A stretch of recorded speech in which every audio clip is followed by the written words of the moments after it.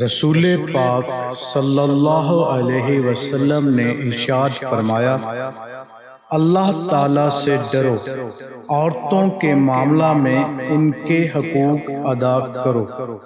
हज़रत मोहम्मद सल्लल्लाहु अलैहि वसल्लम ने फरमाया, जो खामोश रहा वो निजात पा गया।